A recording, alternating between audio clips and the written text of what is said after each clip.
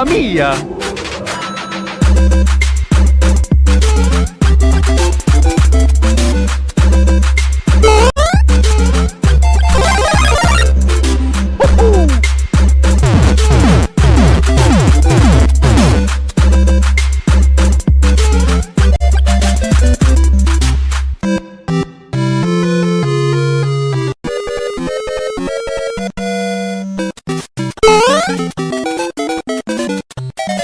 Mamma mia!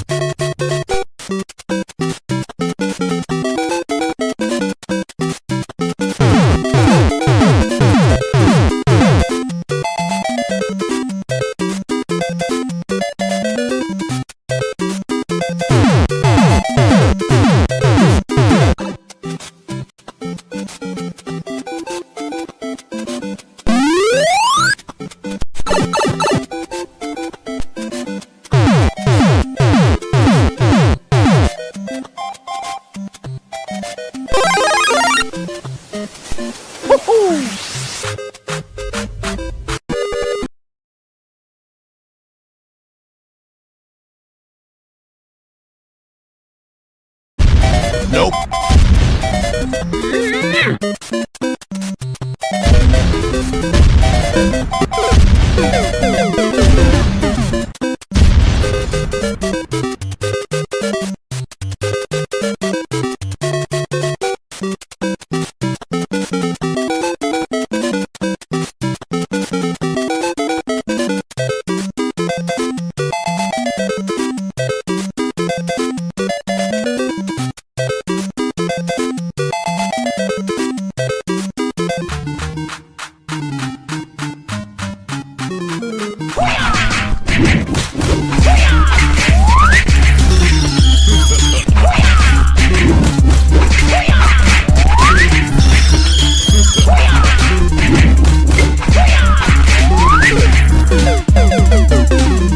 Mamma mia!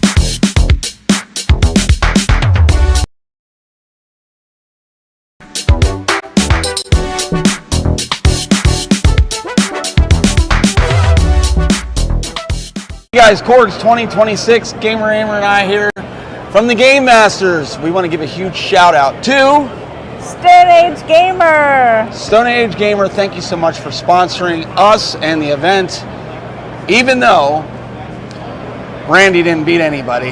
And we had to give away a lot of prizes thanks to Stone Age Gamer.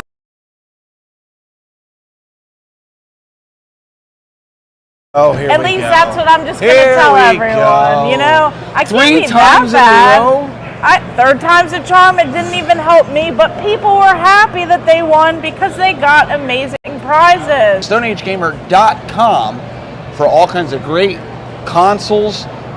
They do a lot of the shells, right? Mm-hmm. You got a couple of the shells. Yeah, just amazing things that they have. Tons of video games, tons of extras, and stuff that you need for your game collection. So make sure you check them out today.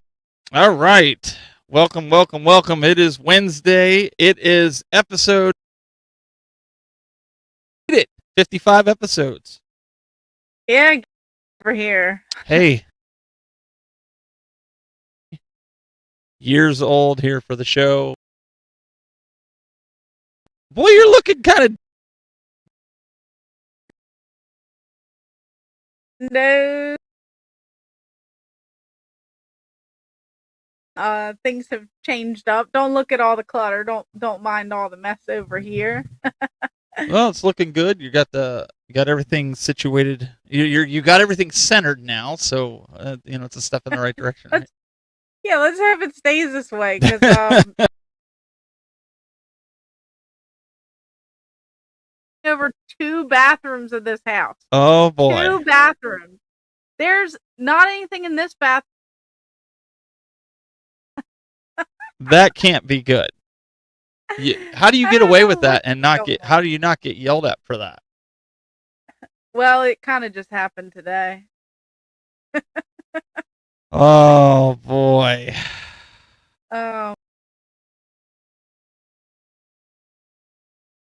For a dull moment over here.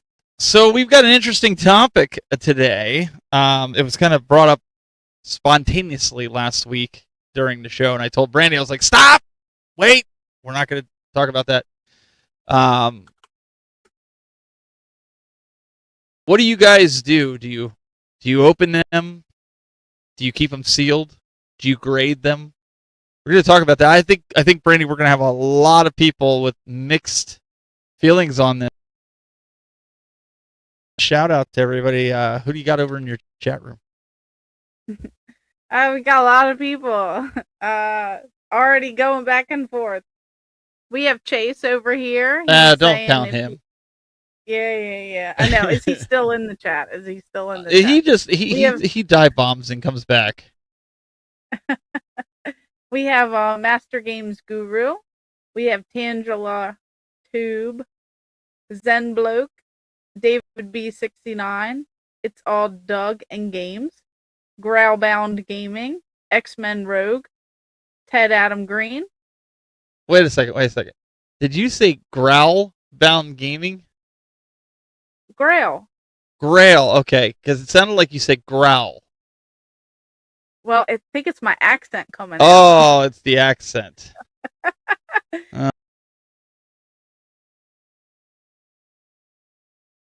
Right? You all heard that. Midlife.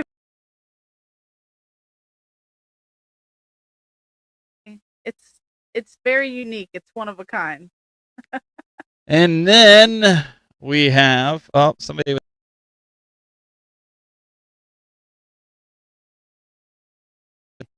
Because everything looks good from this end, from what I can see. Yeah, I'm not getting any. Let us know. Is it us? Is it you guys? I'm not getting it. This end, because usually it'll tell you if it's like. Yeah, but a few people said it.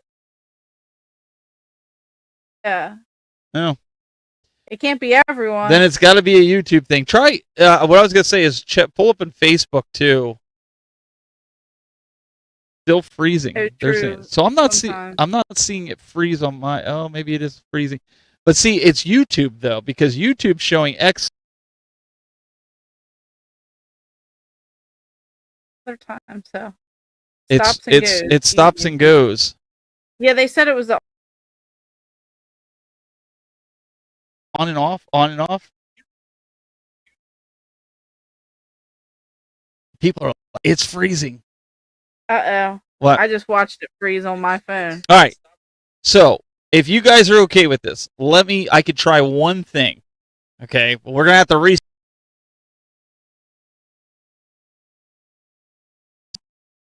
what I can do is it and see if that'll work for you, because you guys aren't going to be able to watch the show like this. So, hang tight, hang in the chat room, and let's see if we can get this worked out. Brandy, if you want to try to let them know, I'm going to just write it in the chat room about it. I'm going to try to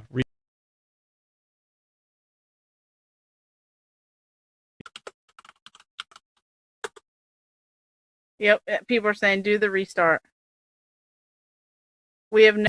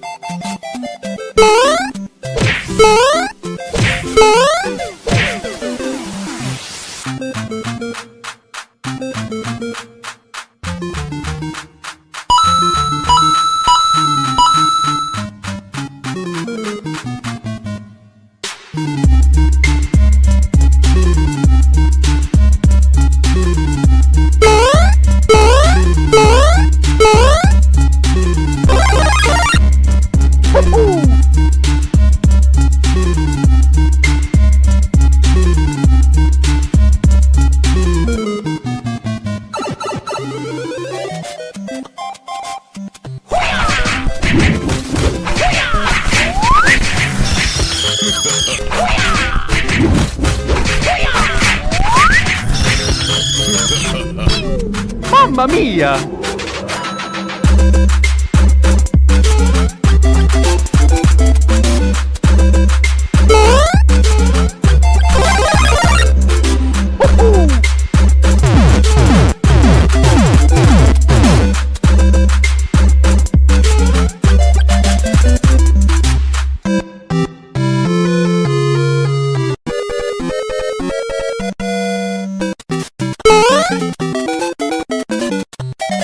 Mamma mia!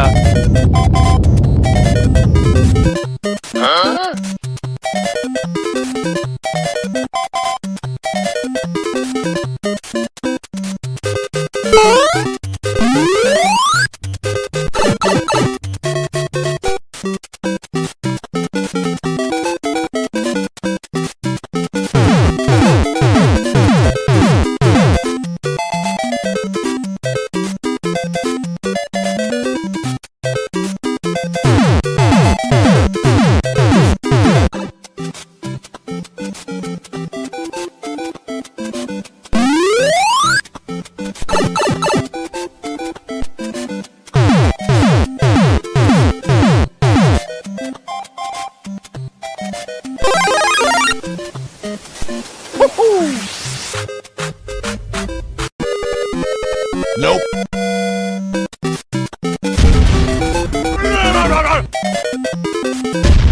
Nope.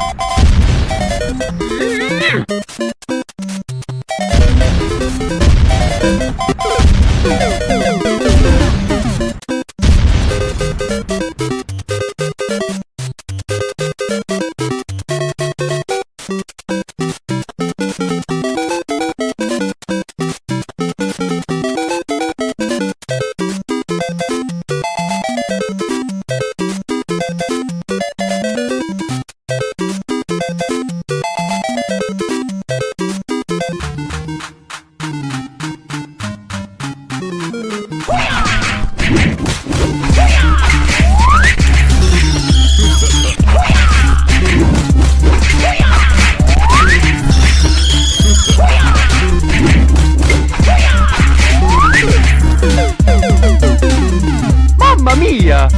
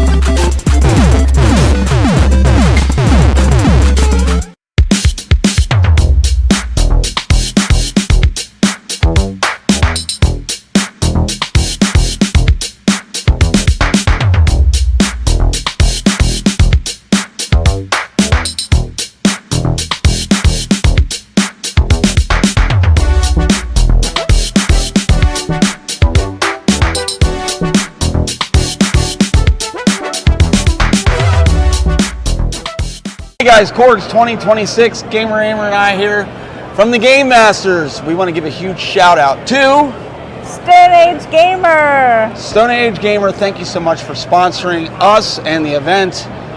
Even though Randy didn't beat anybody, and we had to give away a lot of prizes thanks to Stone Age Gamer. Well, sometimes you just have to let people win so that they can get the prizes. Oh, here At we least go. that's what I'm just going Here to tell we everyone. go. You know, I can't 3 be times that in a bad. row. Third time's a charm. It didn't even help me, but people were happy that they won because they got amazing prizes. StoneAgeGamer.com for all kinds of great consoles. They do a lot of the shells, right? You got a couple of the shells. Yeah, just amazing things that they have. Tons of video games, tons of extras, and stuff that you need for your game collection. So make sure you check them out today. All right, guys, welcome back to Groundhog's Day. Yes, this is the Game Masters here Wednesday night. I feel like we just did this like 10 minutes ago. Is this like deja vu or something? That's what I Is said, this like when Groundhog's you- Day. Yeah, when you have that moment or the day just keeps repeating itself. Is that what's gonna happen? For those of you just joining us, or you're like, what the heck? They started 15 minutes late. This is 20 minutes late. This is not normal. Well, you're right. It's not normal. For some reason, my encoder machine decided it needed a Windows update, and everybody in the chat room was saying everything was stuttering. It was freezing, and it was stuttering, and all that. So, yeah, it's Mr. Richway's in the house. He did you know he's rebranding Mr. Richway?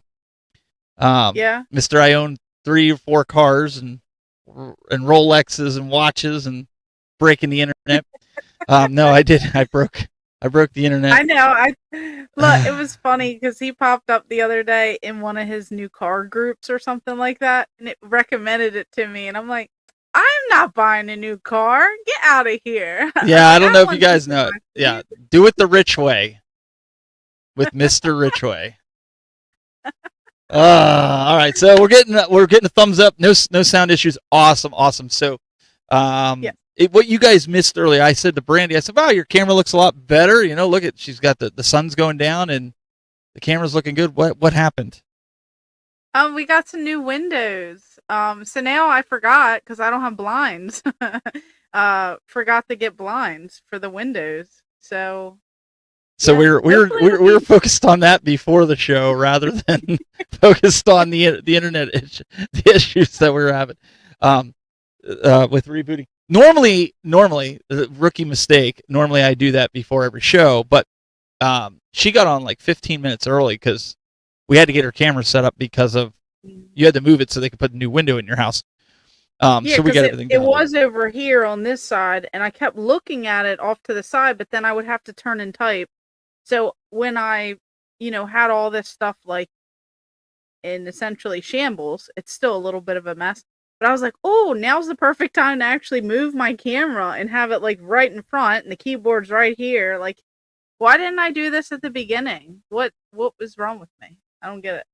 Yeah, I've been saying that for a while now, but yes, we've got an interesting topic to talk about tonight, and I know it's going to ruffle a lot of feathers because we have collectors that collect, new. We've got collectors that believe in not opening sealed games, and then we've got collectors, Brandy, that like to say, well, no, games are meant to be played, so we're going to open them. I don't care if it degrades the value by thousands and thousands of dollars. And then you have the other side of the coin where the collector says, well, yeah, I collect to play the games, but I also collect for the value. This is kind of my retirement fund. So it's going to be interesting to see a lot of the feedback. And we've gotten a lot of video. Thank you guys so much. We had a lot of video submissions this week. Yeah. That came in. So I'm anxious. I think there's a lot of people. I think this is going to be a knockdown. What do they call it? What did good old JR call this? A good old slobber knocker. Uh-huh. You don't remember? You remember he used to say that in wrestling, JR, when Stone Cold did, this is an old-fashioned slobber knocker. Oh, I can't remember. Oh, man. Jeez. Where's my wrestling fans out? You all can help me out on this, right? We did have a little bit of news this week. We're gonna actually talk about that real quick right after this.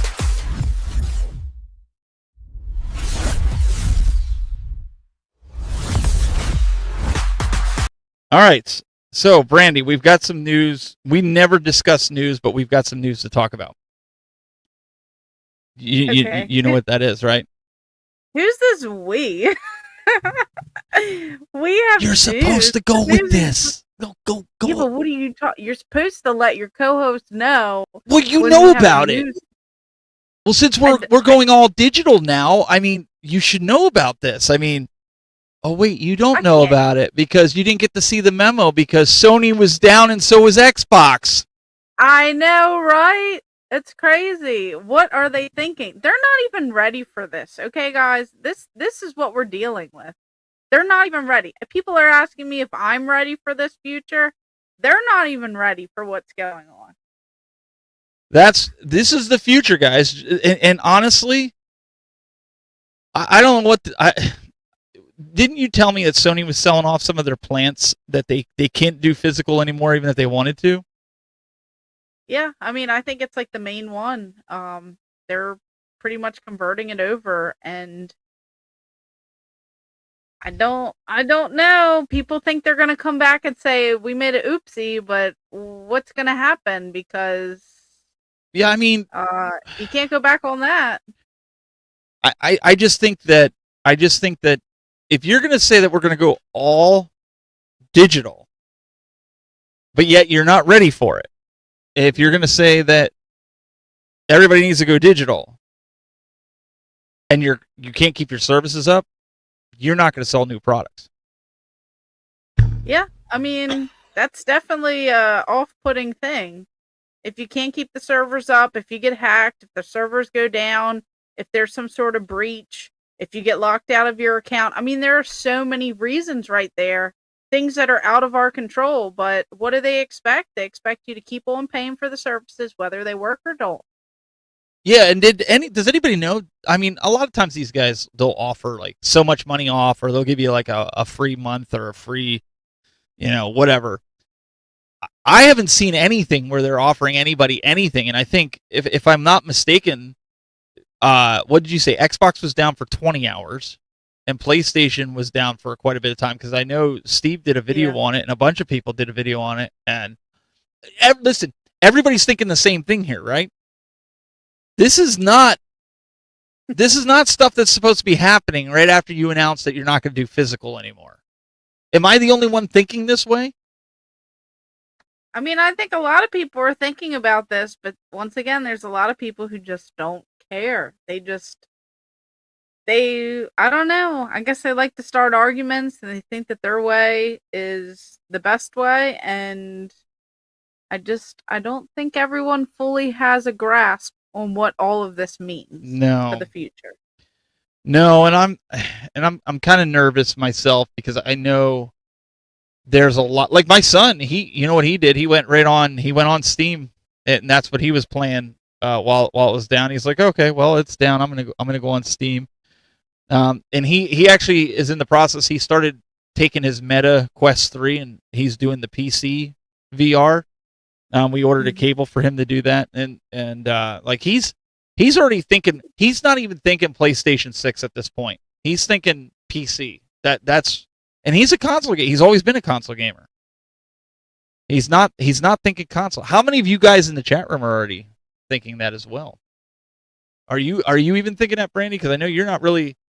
Because the issue that I have with PC games is compatibility, right? You can get a game for Xbox, Switch, PlayStation, put the game in and start playing it. You don't have to worry about sound incompatibilities with your computer, or not enough processor speed, not enough video RAM or memory or anything like that. So you can just put the game in and play it.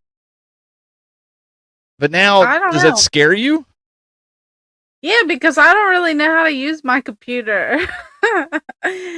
Like I just don't. It's a lot. It's like so inconvenient. I have it set up. The internet doesn't even work half the time because I don't have it plugged in. It's not hardwired. That's why I like the consoles. Like I can put them anywhere.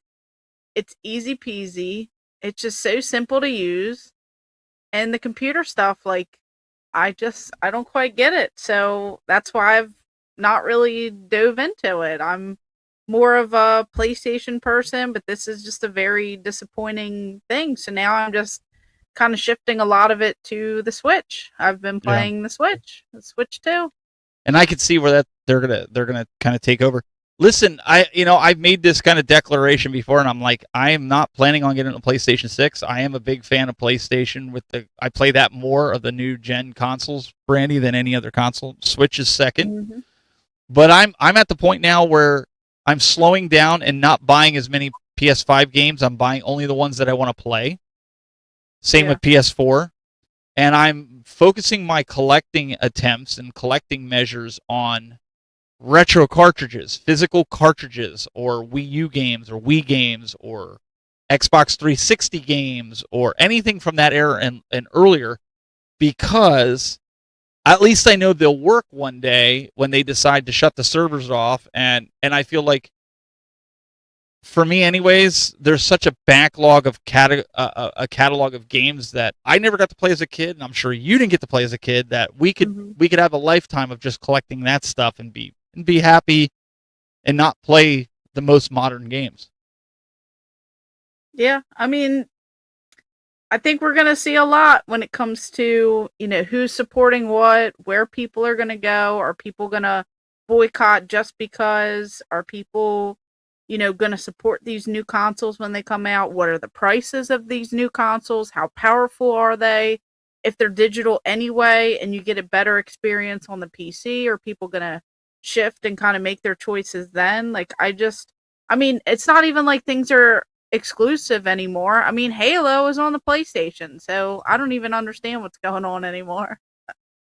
Yeah, I'm, and I'll be honest, like Neo Ness, I'll bring up him, for the Neo Geo, like he's been doing lives I've been tuning into because I'm trying to learn more about Neo Geo, and I've been tuning into his stuff. I don't always comment, but I'll tune in and listen, or I don't get to watch it sometimes live, and I'll tune in after the fact.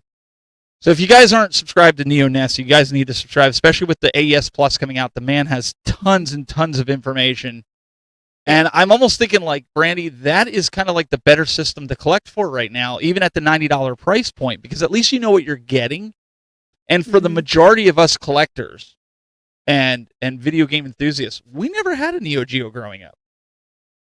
Maybe you did. I know you have one now, but I mean, no, I didn't. The majority of us didn't have them growing up, and we never got to play and experience those games. So I'm looking at this as almost like a brand new console launch, right? I'm looking at it like the way a PlayStation would launch, or an Xbox or Switch, because that's kind of how it feels to me, because I haven't played an AES system. Like, I've played emulation of it, but I never owned one. So I think, honestly, you're going to see a lot of collectors, and I could be wrong, and you guys tell me in the chat room, going more towards cartridge-based and those earlier disc-based systems as opposed to modern. I think that's going to be how they combat this. They're going to be like, all right, I'm not going to buy the modern stuff. I'm going to go back in my little retro hole, and I'm going to, not that that's bad, and I'm going to collect for that.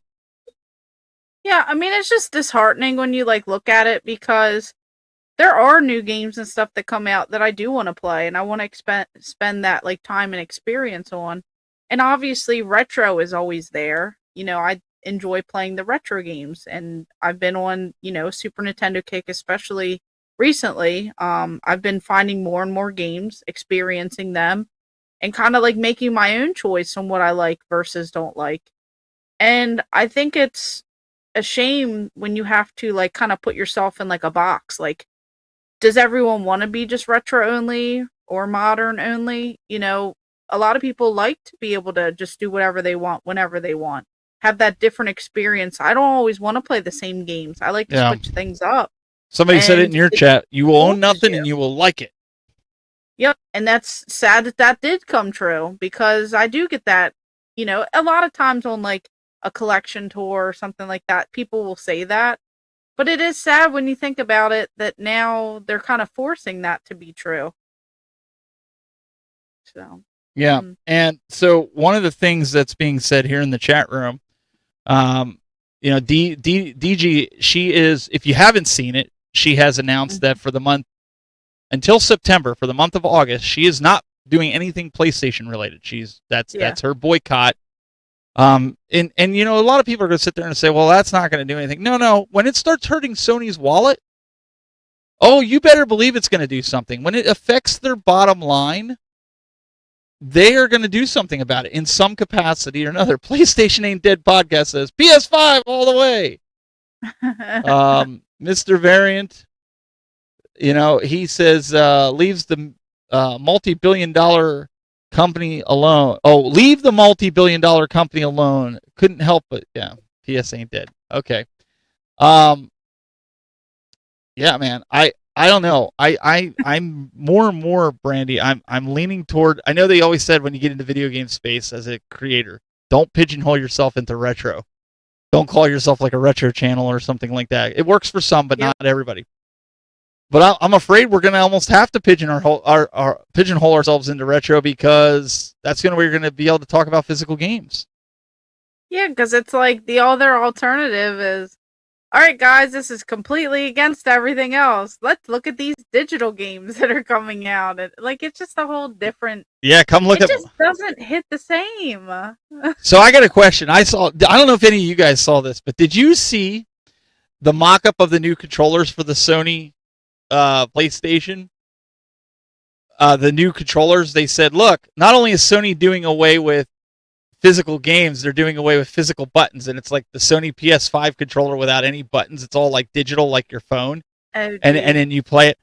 I hope that's for the sake of gamers that's not true, but I found that amusing because Brandy, they're saying like, oh, we're gonna get rid of physical, so they're getting rid of the physical buttons, the physical cables to plug it in. Like there was a meme that went down the line. I don't know if anybody saw that, but that's got to be infuriating to a lot, especially the younger generation. I mean, you and I, we've got enough games in our game room to last us a lifetime. I think the majority of people that watch our show have the same.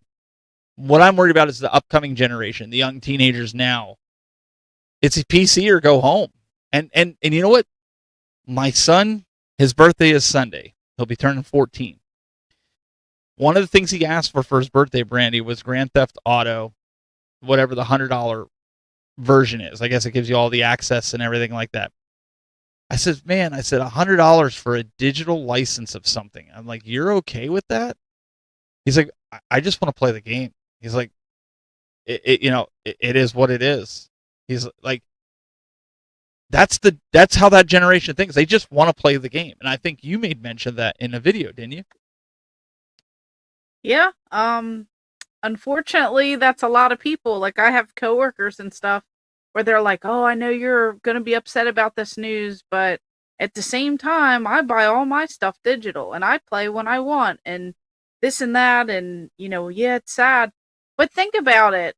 As less and less interest for the new generations come around because they're all stuck in this digital way and they don't feel like going out there and spending time, effort, money on retro stuff or physical because they don't want to wait around. They want to just buy right away. That's going to kill a lot of game stores and that's going to shut down a lot of the secondhand market and that's going to jack up the prices and people aren't going to be interested in this. And that's sad. It's sad when you take a whole culture that was nerds, outcasts, this and that. You bring them all this like pride and hope and we're cool now and this and that. And then eventually it all dies off. Like that's pretty sad. The way that everything kind of went full circle. Which brings us to Brandy, the topic for this evening, sealed video games. And no, there's a reason for that. Because we are talking about sealed video games and what people want. Now, I have quite a few of them. I have them sitting here. One of the sealed games that I have, and I'll explain it. One of the sealed games I have right now is the Switch, the Super Mario Brothers 3D All-Stars. This game was like, first it came out, like you could get this for $50. It was limited. They said after a while, like you couldn't find it. So I bought 2 copies. I have one that's open and one that's sealed. Now, some of you guys are out there you're gonna get mad, but I did contemplate on grading this. And I know there's a big, that's a whole show, I think, Brandy in itself, but this one's sealed. Okay. I'm with a lot of the crowd of games are meant to be played, but if I stumble into a sealed game and it's a duplicate of one that I have, I keep it sealed. I don't know how you feel about that or if you do it. Here's another one like Shredder's Revenge. I have this digital for the Switch, Brandy, but I'm keeping this sealed because I have the digital copy. And that's what I don't understand with like Sony and such, because people like us, we get these games and we have like this is another one that's sealed. I have the digital copy.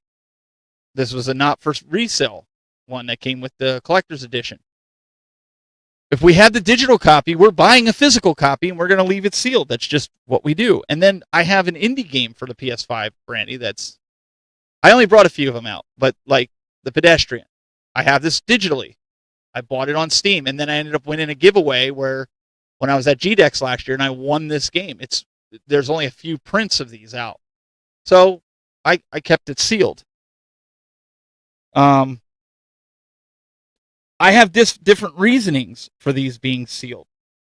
Mm-hmm. Sony abandoned the PSVR 2, and I pre-ordered this game, the Star Wars VR 2 game. You can see it at the top.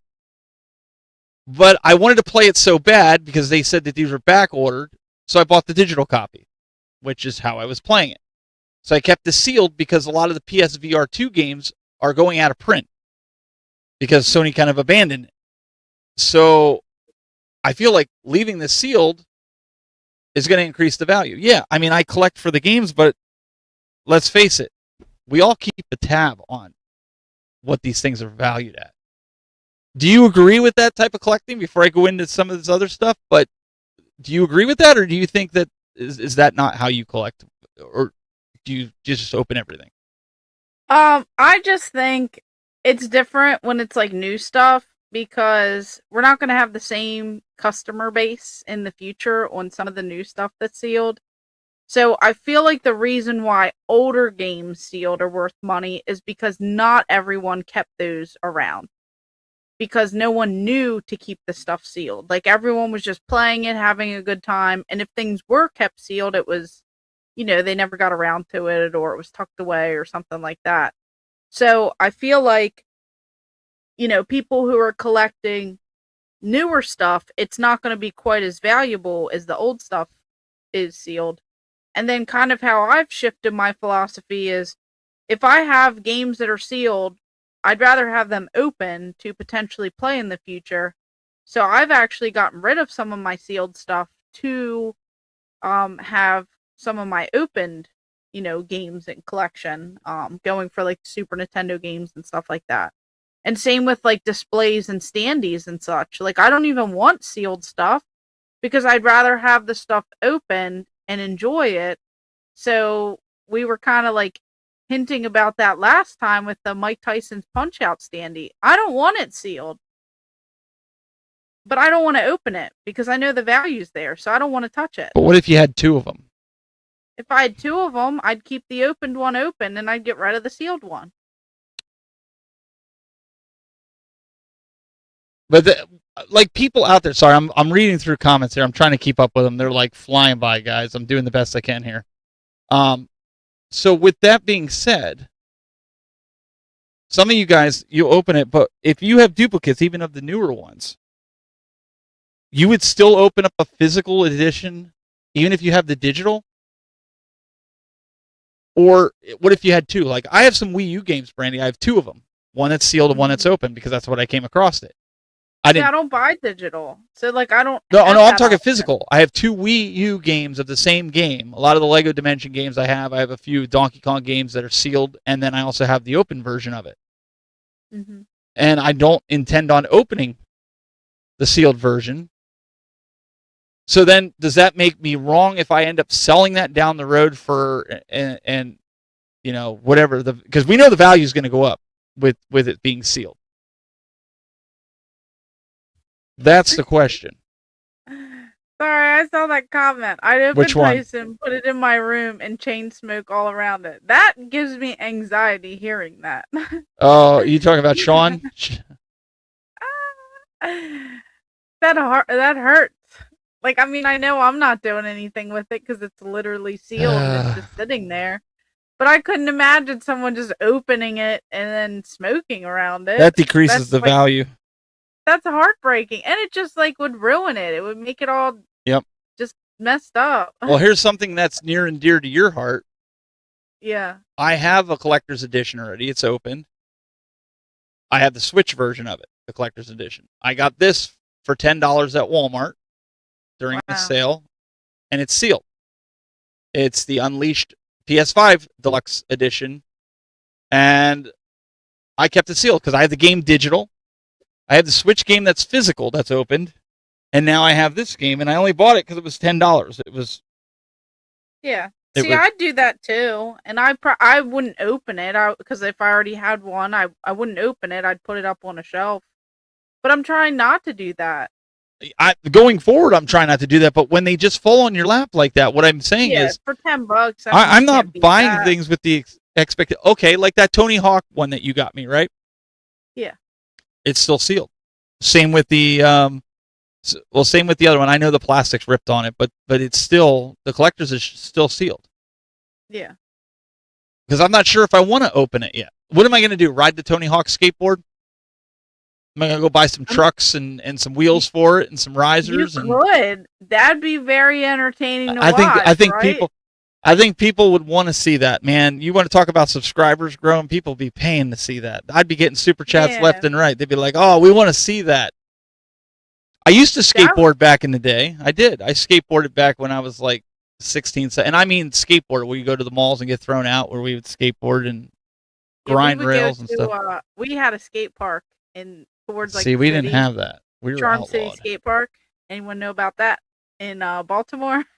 We used to go there. We would have birthday parties, and that was a fun time.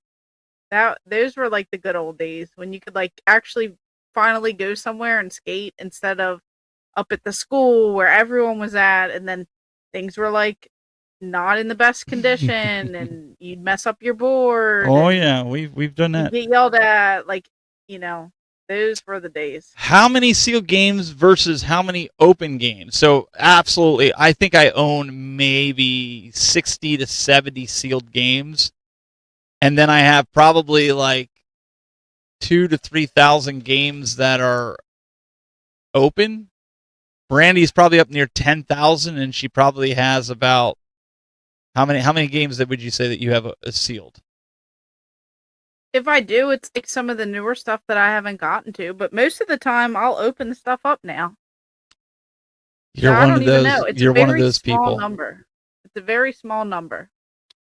So then I'm also one of these guys because I got one of these, and now mind you, this is the only slab that I have. I got this game, and it's a PS3 game. Oops, let me see.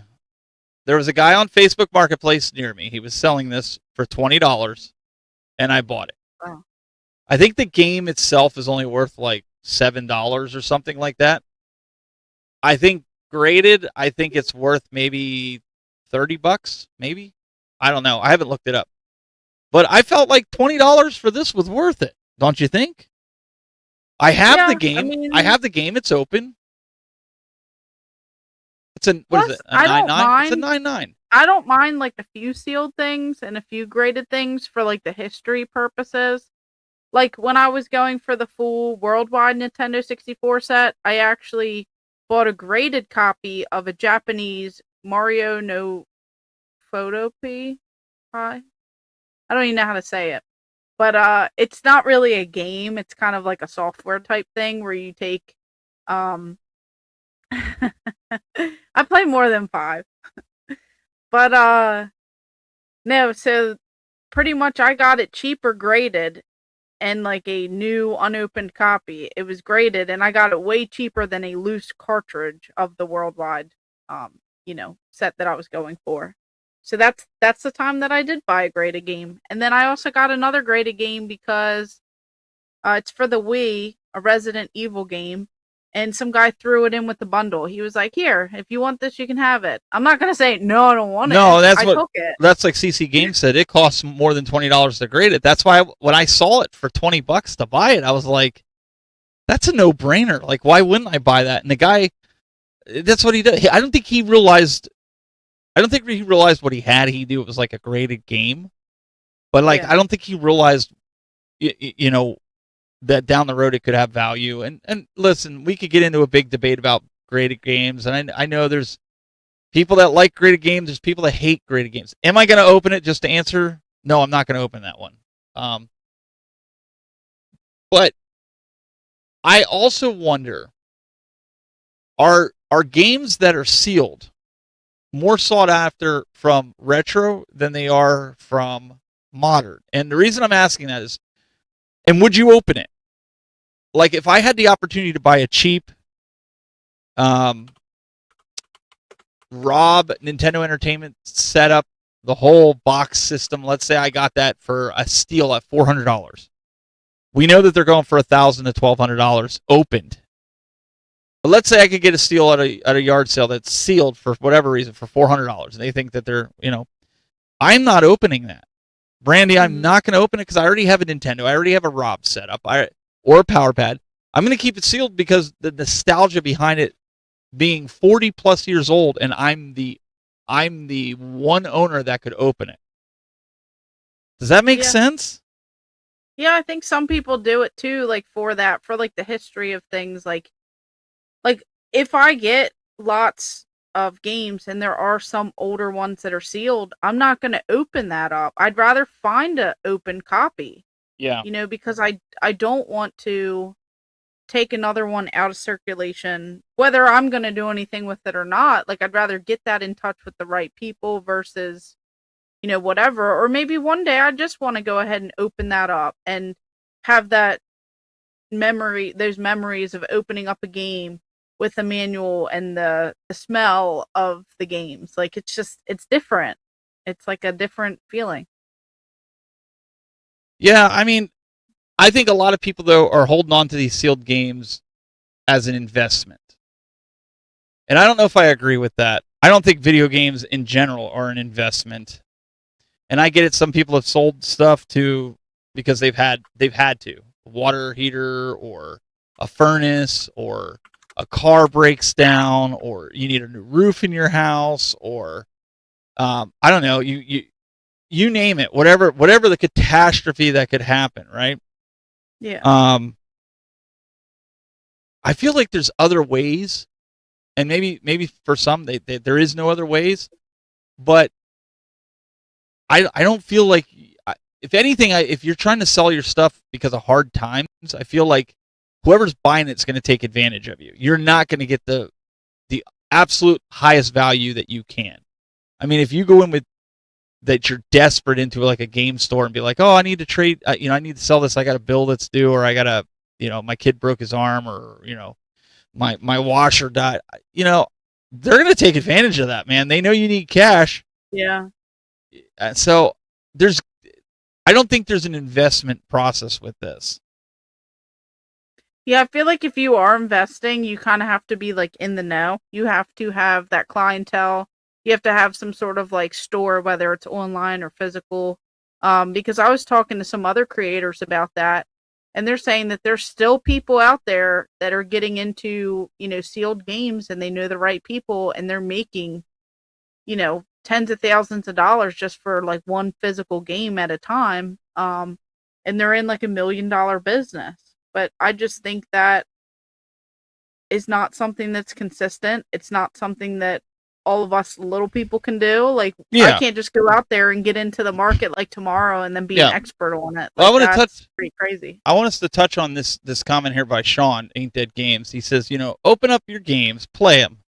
As digital is dumb, value on games is dumb.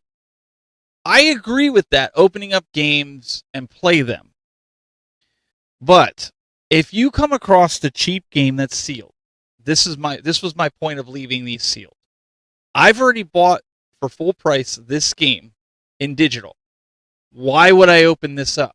I want to preserve it. I want to keep it nice, especially if the VR copy, they're going to become rare. That might be something that I could use to flip. And yes, I'm going to say that. I could flip it, Brandy, to get more cartridge-based retro games that I want. Yeah, I mean, I already own it. I own 2 copies. Essentially saying to open everything, like, that doesn't quite make sense, because we all know that there's money in this hobby. And if, just like everything else, if you see a rare sealed game, you're not going to leave it. If it's cheap, you're not going to leave it there for a few dollars. You're going to pick it up. It's like the same saying. If you see $100 bill on the ground, you'd be stupid to walk past it and not pick it up. Like, that's just kind of how some of this stuff is. Like, everyone likes to say that they're not a reseller, they're not a this, they've never sold a game, yada yada, they never traded. But at the same time, it's like, if an opportunity presents itself, people should take advantage of that. Everyone else is doing it, and this is kind of how things are going. Well, it's like I've told that story numerous times. Yeah, you're a dirty reseller. I've told the story numerous times with Fallout. It was sealed. I paid $1 for it at the pawn shop. They had 5 sealed copies. No, 7 sealed copies. And I bought them all. $7. And that got me my Neo Geo CD system. Because at the time of the show when it first came out, I kept one. I still have it on my shelf that's sealed. I have one that's opened. I opened one up. And then I traded in the other 5. And I got a Neo Geo CD and only paid a little bit. I think it was like $12 or $13 in tax. But I used it because when the show was out, it skyrocketed to like $120 for a sealed copy. Now it's back down to like $60. But Yeah. my point is, like, if you can do that, I don't see the harm in that. That's why I keep some of this stuff sealed. If I can take this let's say this Teenage Mutant Ninja Turtles, Brandy, and I got another person, let's say that's like you, that doesn't have this, that really would love to have this. They missed out on it. They don't even have it open. Yeah. Let's say sealed, this is worth $300 in like 10 years. And I can trade this for a $300 NES game that I need, that person's willing to part with. I don't think there's anything wrong with it, especially since this is a Walmart exclusive. You even see it says only at Walmart. You can only get this one at Walmart. So that makes it even more of a rare piece. My point is, I don't see anything wrong with doing stuff like that, especially if you're putting it back into your collection. Now, if you're just buying this stuff up, I mean, welcome to the country that we live in. You know, you're allowed to do that. I'm not saying I agree with it, but you're allowed to do that. Look at PlayStation when it came out. PlayStation 5, people are buying it and scalping it. I mean, Pokemon cards right now. People are buying all the sealed stuff so kids and people can't get it, and they're reselling it. They even did it with the fidget toys, the little squishy things. What are they? The dumplings? The dumplings? Yeah, like the dumplings, and then the other squishy ones and stuff like that. It's like people are Neatos. They were going out there at Five Below, buying Neatos for like a couple dollars, and then selling them for $20 a piece. That's literally how every single hobby is. Everything is like that. That's just the way the world is nowadays. And you either hop in on it or you miss out. And that's just how it is. And me of all people, I buy more games than most people.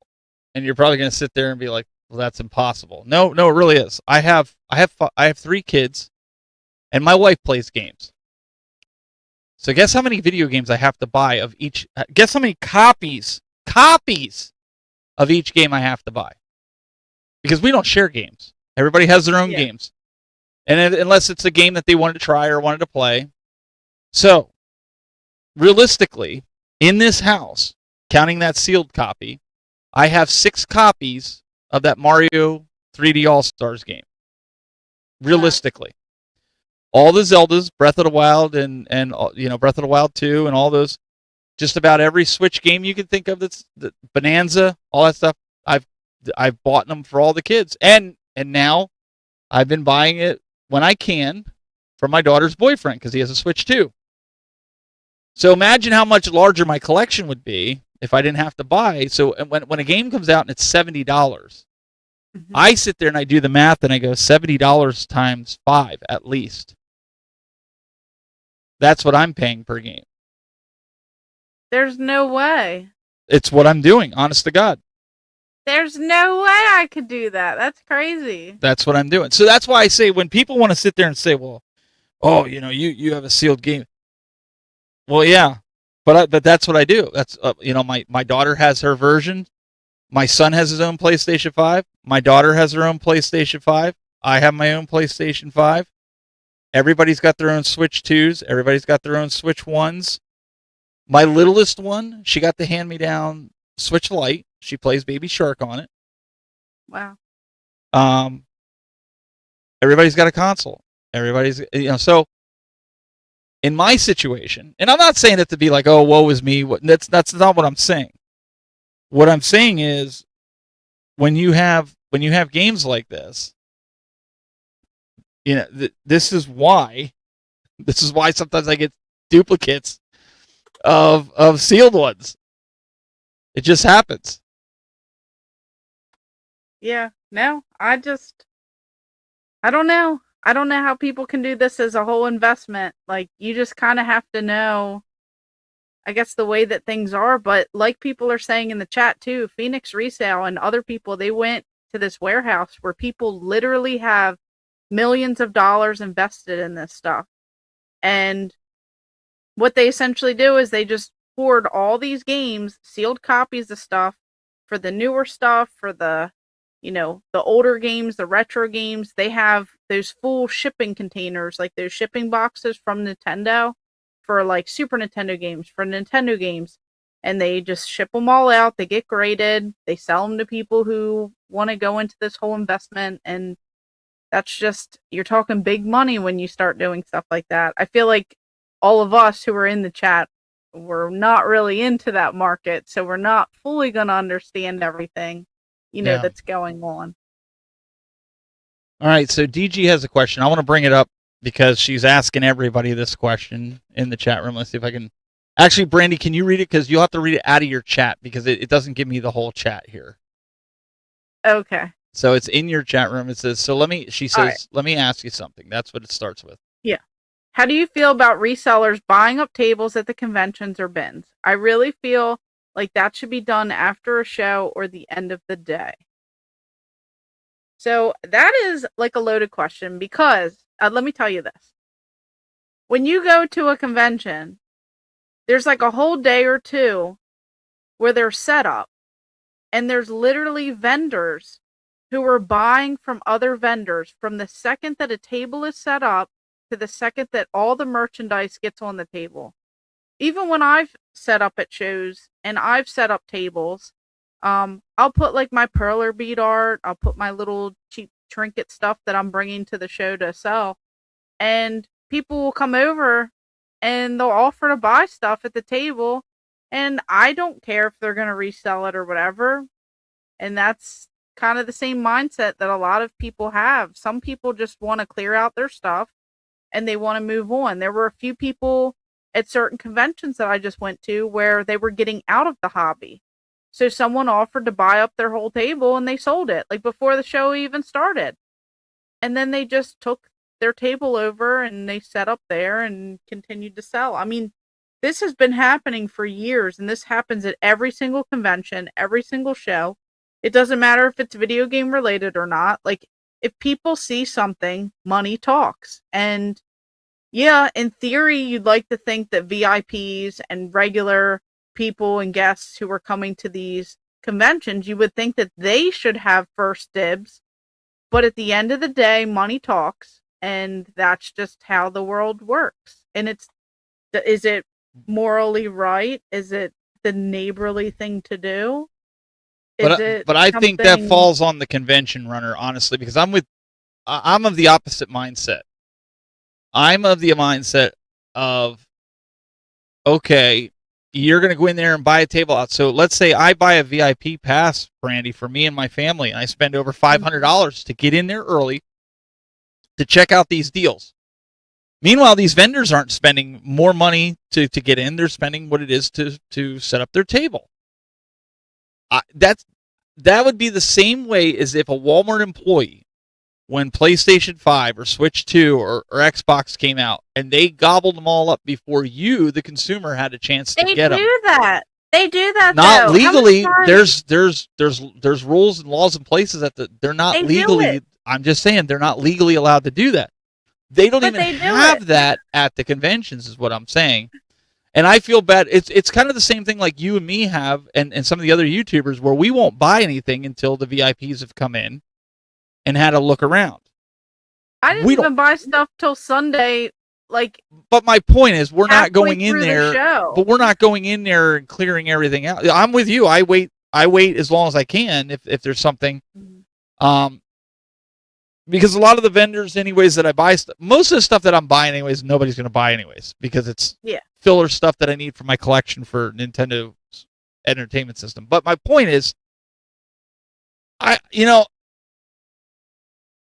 think if you're paying to get into a convention for this thing, this is what's going to kill conventions. It's not going to be the lack of video games. It's going to be things like this happening. And unless the convention runners put their foot down, like you said, it's still going to happen. Yeah. And I mean, there are some vendors though that will not sell to YouTubers, content creators, or other vendors. Especially at Siege. And there are some, and they do. They stand their ground, and they won't sell to anyone else, and that's respectable. That's something that they believe in, and people have tried to do it. And what essentially happened, the reason why they don't do it anymore, is one year someone bought out some of their stuff, brought it right across their table, marked it up, and resold it right in front of them the entire convention. And I mean, yeah, when you get stuff, you know, it's yours, you could do whatever you want, but that is kind of like a slap in the face to see that, like, the entire show. At least you couldn't wait till like the next convention or somewhere else. Let me put this out there. Let me put this out there to you, and D, you're listening as well, and everybody else. What about that person? We'll use YouTubers. We'll use YouTubers as an example for this. The YouTuber goes around, and you guys know, you've seen it. Well, I'll just grab this game. Star Wars Outlaw. Probably a $30 to $40 game. Okay, let's say it's sealed, so let's say it's retail price $59.99. Let's just say, hypothetically. They have this sitting there. The vendor knows the YouTuber, and they're like, the YouTuber's like, would you do $35 for it? And he's like, yeah, for you? Yeah, I'll do $35. He takes this. Okay, YouTuber goes around, goes to the next booth, sees this game. Again, it's sealed. He says, $60. Would you do $45? The guy goes, yeah, for you, I'll do that. Okay, so now that guy just saved, what, $40 just on 2 games? That same guy puts these in his backpack, takes them home, fires up Whatnot, sells these for $69.99. $69.99 retail for these because they're sealed.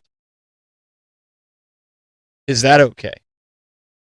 See, but people do it. People do it. I'm not saying anything's right or wrong. I'm just trying to see what you guys think.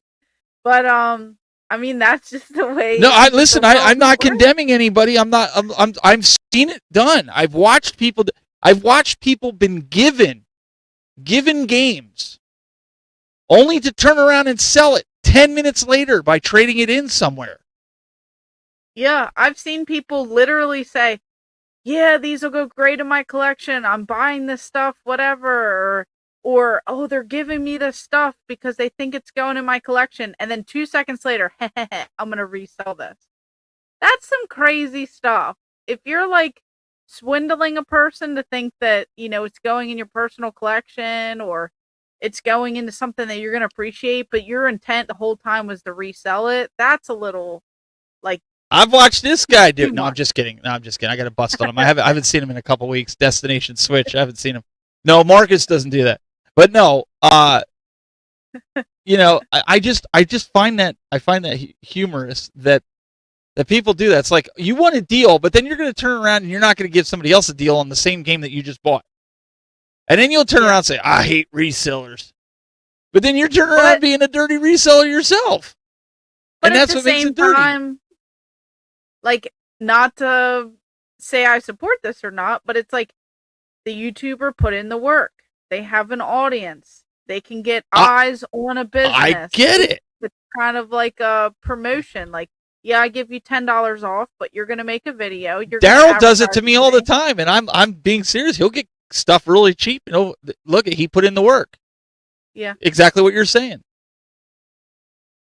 It just kind of depends. I think a lot of it is the shady tactics behind it. That's what makes people like a dirty reseller versus like a reseller. It's like, if you're lying, you're deceiving, you're, you know, cutting people off in line. Like, if you're doing things like that, then that's the dirty part of the reseller. But if you're, you know, just trying to make an honest living and you're helping people and this and that, like, you know, then you're just like, you're practically like a game store somewhere that we would buy games from. With that said, back to our topic, sealed video games. How are you going to do this? Now, you can't sell digital. For everybody that's been on board with the digital train, you're not selling any video games. You're just not.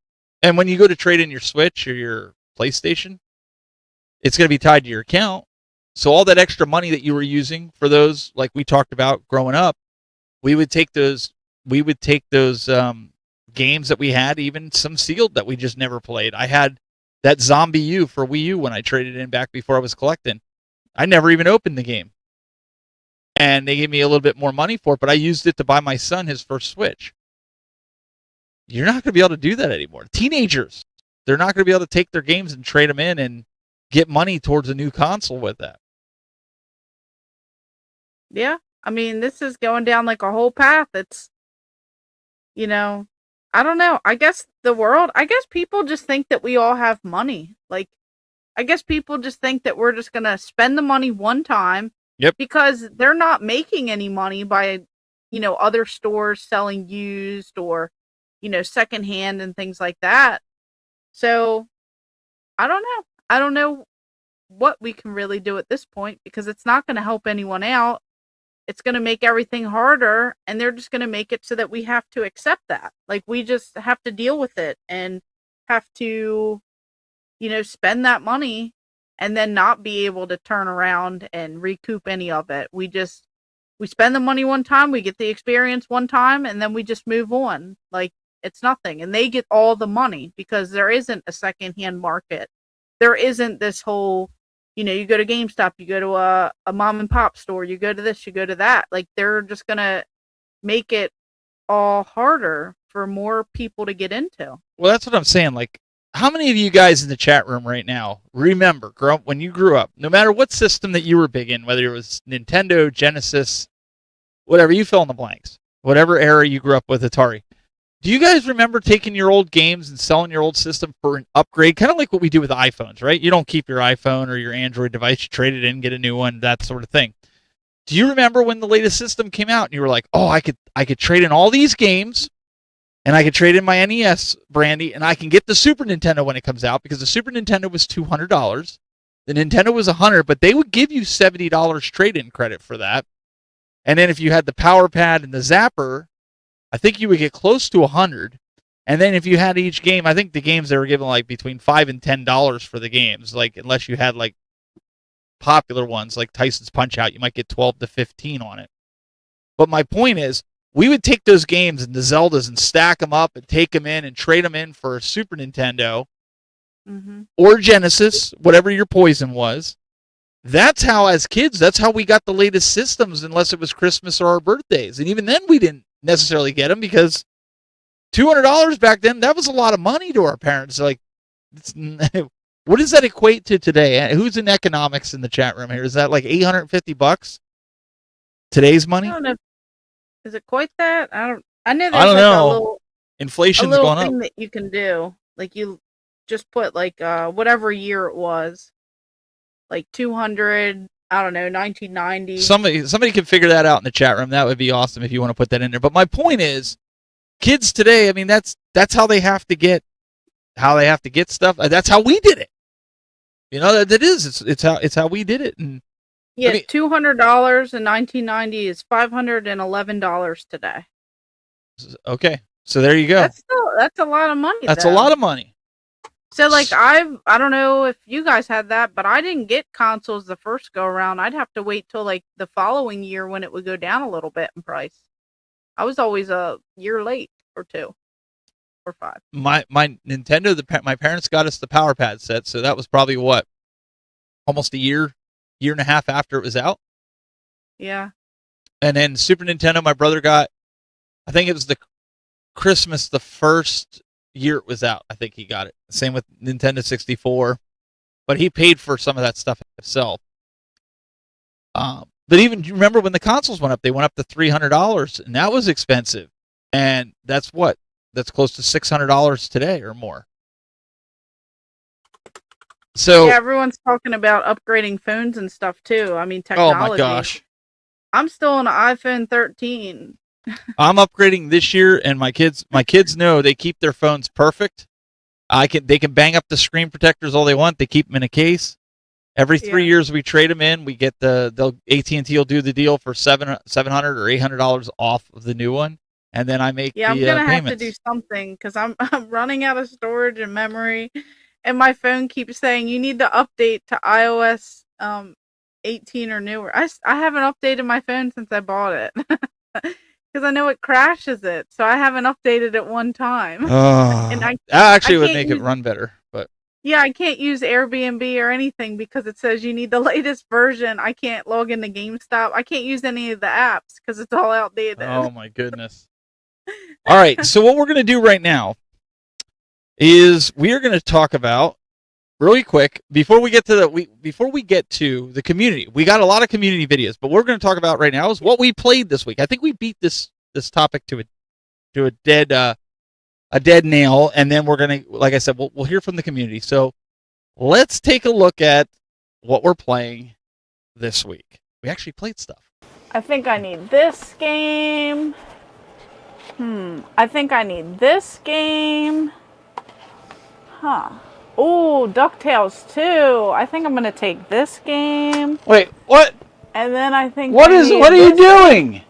What are you talking about? What do you mean? What are you taking my games for? Your games? Someone left the door open. This is all free. Oh yeah, I left the door because you said you had to come down and get some stuff. Yeah, but you have all this cool stuff. I want to take it. Oh. I need some of these for my collection so I can have duplicates.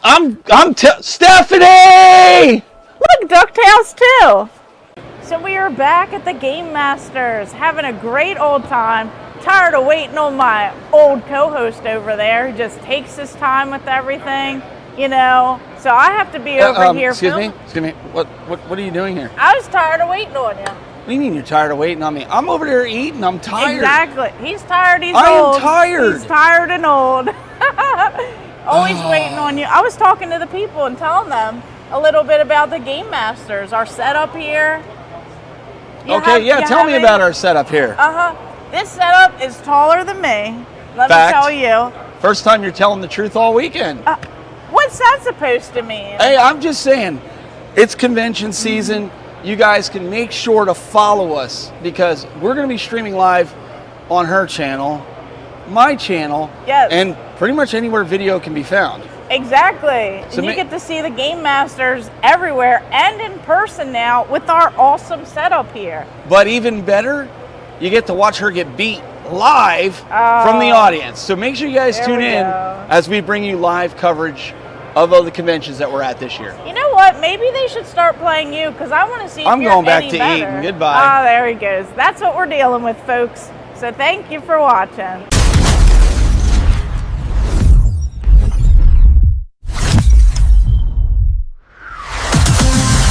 All right, so what we're playing, Brandy likes to go through my stuff and take my stuff and take it for herself. Just a few games. But what are we looking at? What are we looking at here? Yes. So, this is a game that I just got, Mega Man X2. I just picked this one up. I don't know if I uploaded all the footage as well to play it. No, you just yeah. had a few. You just showed the the screen, slacker. Sure did. I didn't include the rest of the gameplay. But no, so what had happened was I went to Siege, guys, and I have been looking for these Super Nintendo games for a minute. And I finally got my list out. It was a Sunday, I believe. And I was like, you know what? I need to find some Super Nintendo games. So I walked around the convention and I was looking for those deals. I found a few Super Nintendo titles, Rex Ronin, Experimental Surgeon, which is one of those Health Heroes games. Finally got Mega Man X2. It's like $100 and some game, and the person actually took a little bit off, and I was super happy about that. So I have been finally getting a chance to go through testing some of these games out, and I got hooked because I have been playing Mega Man X2. Still a little challenging, you know, just diving into it and jumping into it, but I will say it is a ton of fun.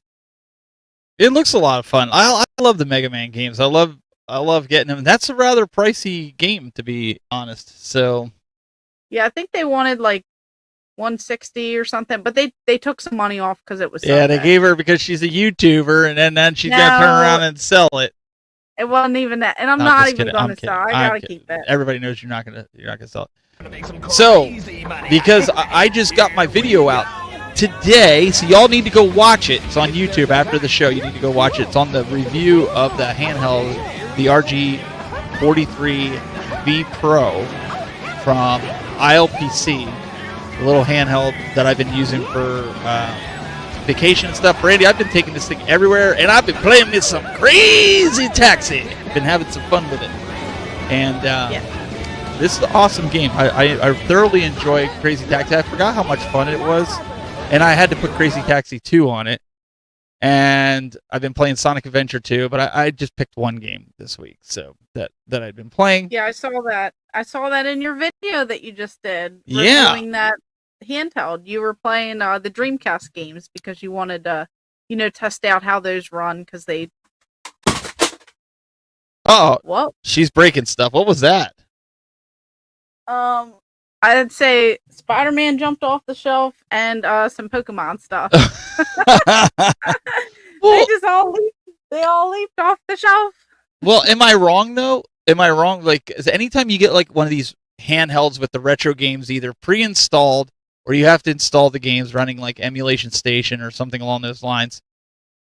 Anytime you play Dreamcast games, even PlayStation games, they will lag like you wouldn't believe. Like, you can't play the game. It's not even, it's not even fun to play.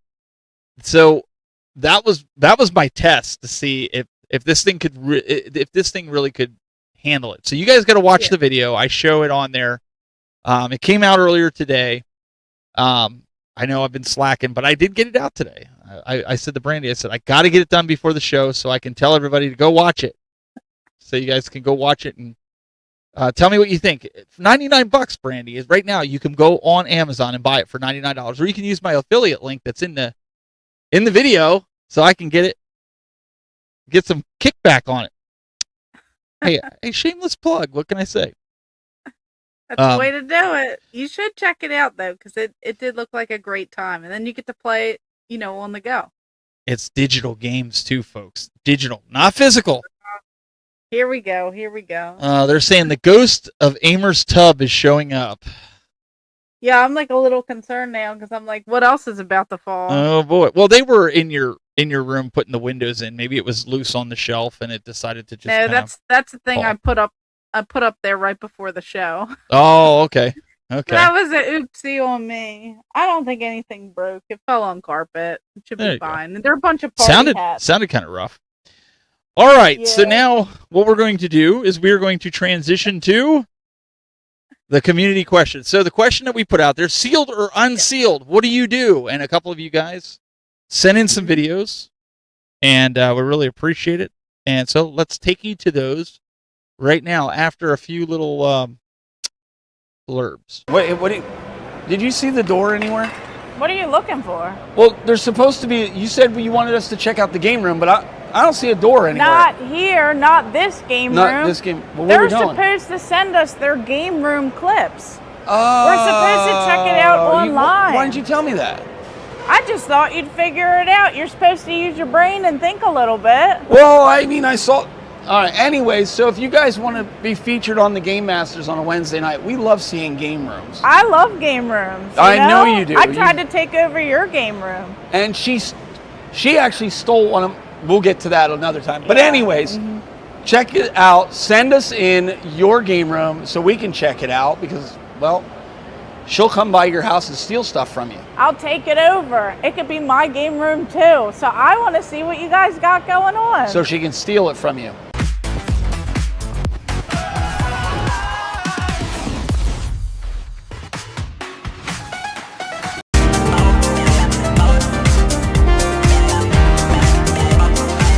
What are your thoughts? That's a great question. Well, That's a great question. Yeah. We'd love to hear from you. Hey guys, I'm Pammy from PNX World, and we don't really collect sealed games, however there are some things we have sealed. This is one of my favorites. It's Metroid Dread. It's a special. We already have the game, and it's holographic and really pretty, and I'm not taking it out of its case. And then we have a Nintendo GameCube controller. We thought about selling it, but kind of realized it's really cool in its original packaging, and then we'll just hang on to it because it is kind of cool that it's in its original seal. On our channel, we're not strangers to opening seal things. It kind of begs the question, to seal Not to seal. Not to seal. And it goes sealed for about $75. Game's meant to be played.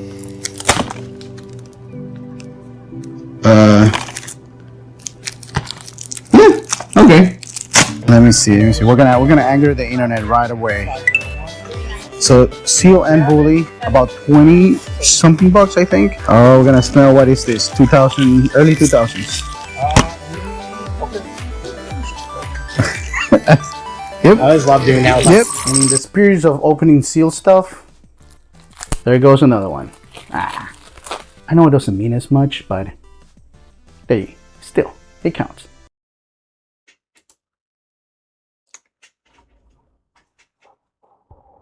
Hey, everybody. I'm kidding around. This is David B69. Last night, I was watching a live broadcast from the Game Masters. Steve asked the question, and I thought it was a great question. What do you do with your new sealed games in your collection? Do you keep them? If you do keep them like that, why do you keep them like that? I'll answer this in pretty much no certain terms. This is what DG would call a janky game. I would agree to that. I think this is a janky game, but it's also a new sealed janky game. So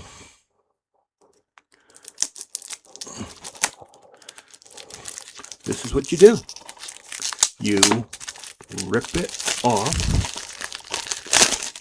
and you have the little paper here, and the game's open. Voila. And that's what you do with new games. You open them. You heathen. What are you supposed to do with them? You're not supposed to keep them sealed forever. I mean, that's just really, really wrong. And they're like, oh, he's only going to do that with one game because it's janky, and that's the only thing he's going to do. Well, no. I'm gonna grab another game. It's just as janky, but it's old school. It's a really nice game and everything. It has the nice little label here. It's NBA Shootout 2001. And you're going to say to you, you're not going to do that. You're not going to do it. Well, guess what?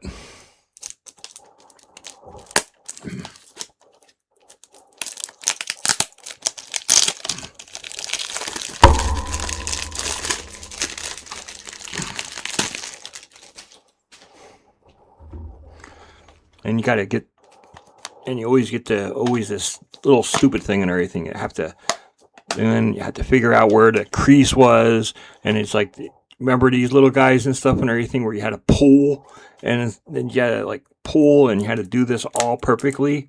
And this game has not done this. This game is 25 years old. 25 years old. And it has now been pulled. And what's inside it? Oh my gosh, it's a brand new game.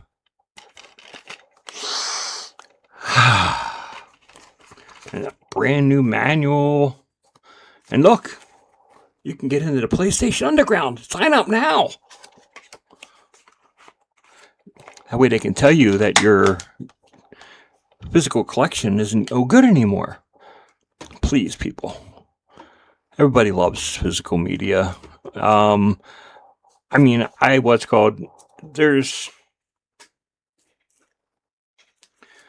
I can continue opening game after game after game, and I could spend all that time. And I'm going to open a lot of these games. These two games, I will not open. They will stay sealed. What's the difference between those two? Well, these two games, the price differences are around $20, and they're under $10 to buy a used copy. That is basically my variant of what I would consider what not to do when you're doing these, when you have a new game versus old games, it doesn't make sense to keep it like that. It just really, really doesn't. I refuse to lose $20 worth of value when I can spend under $10 and get a replacement. It just doesn't make any sense. Now, there's games like this where NBA Game Day 2002, this game has no value, but it's cool. It has that cool sticker.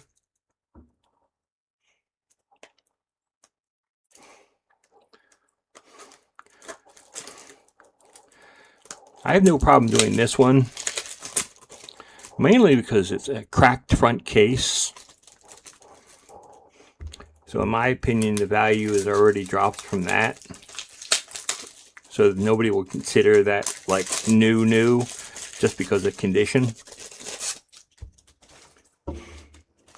And I think you have to always look at that kind of stuff. Again, it has that pull label. I mean, yeah, when I was doing the thing, and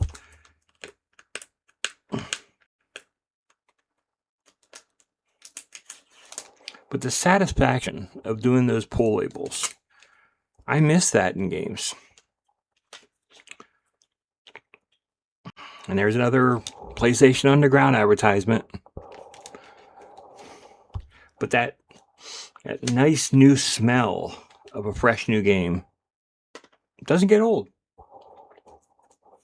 Now you got games like these. Brand new, sealed in box. I will not open this. It has the Luke Skywalker with his blue milk. I will not open this box. I have this digitally. Same with this. I have it digitally. I'm not going to open these I have digitally. With this era of games, if I have something digitally, the new games are pretty much a backup for if they do take the store down and I want to play those games. And that's what these serve as. They serve as a backup for when I want to play it. Just in case the digital storefront goes down or I lose my saves and stuff and everything on the actual hard drive of there and the store goes down. That's basically why I would have it. There's no reason to have it otherwise. But that's why I do what I do with my collection. It's like everybody else has a different feeling and a different opinion. Some people just refuse to ever do anything digitally. Fine, it's fine with me. I really don't mind it either way. I personally don't care. It doesn't matter to me. Am I going to buy a PlayStation 6? If I can get the sports games on my PC, probably not. If it's just going to be digital. If it's just going to be a digital front from here on then, and I can get the games on my computer, no reason to have the PlayStation anymore. It's just really none. Because if I can do it on a computer, there's just no point. But anyway, this is David B69. My anniversary for the channel is August 4th, 2026. So, 20 years. So, I'm hoping to do something cool that day. But just basically wanted to give you guys a heads up. 20 years anniversary coming soon to David B69. Have a good day, everybody. Peace. I'm out. Oh, Retro Rick.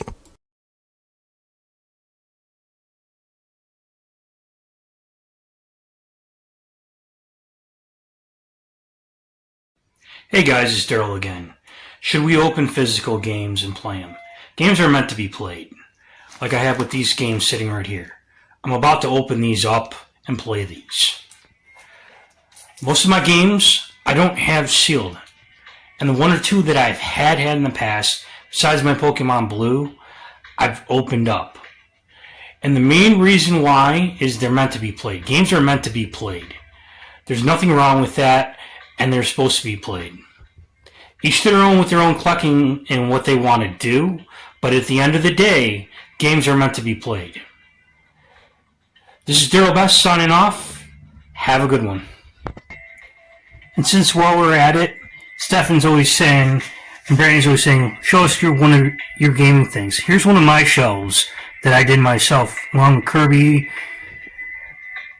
my Donkey Kong homemade arcade, along with my Lego Mario up on top.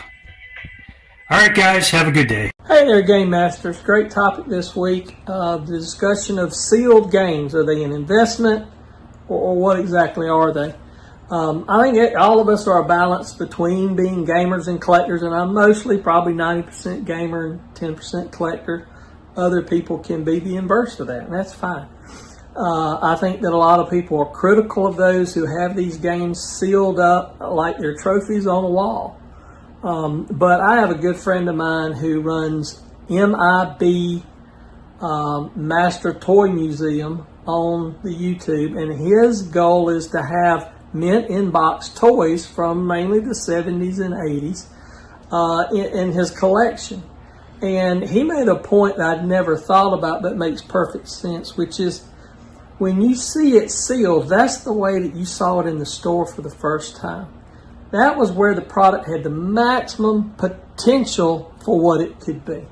That was before you took it home and found out if it was any good or not, and it may have exceeded expectations, but you then went to the reality of it. But what the sealed product is how it was merchandised and sold to us as consumers, and that was the moment of highest potential. And there's a certain amount of an emotional aspect to that. And if that's why somebody wants to have sealed games, hey, I'm all for it. You know, I'm not a big fan of investors and people trying to play the market. That's just not for me. Some people, that's where they get their jollies and their dopamine hits and all of those things. Not me. I like to get mine, playing the games. But there are a few things that I like to have sealed because it's a moment in time. But people who have the vast collections, hey, good for them. They are preserving the history, and every single one of those are at their maximum potential for what it could be. And I get that. What I don't get is people who just like to berate others and how others do their business. And we're all grown folks. We make our own money, how we spend it. And as long as you're not, buying drugs and doing illegal things and being a detriment to society, man, there's a lot worse ways to spend your money and your time than collecting sealed video games. But as for me, I'm going to be playing them. Y'all have a great week. Thank you, Game Masters.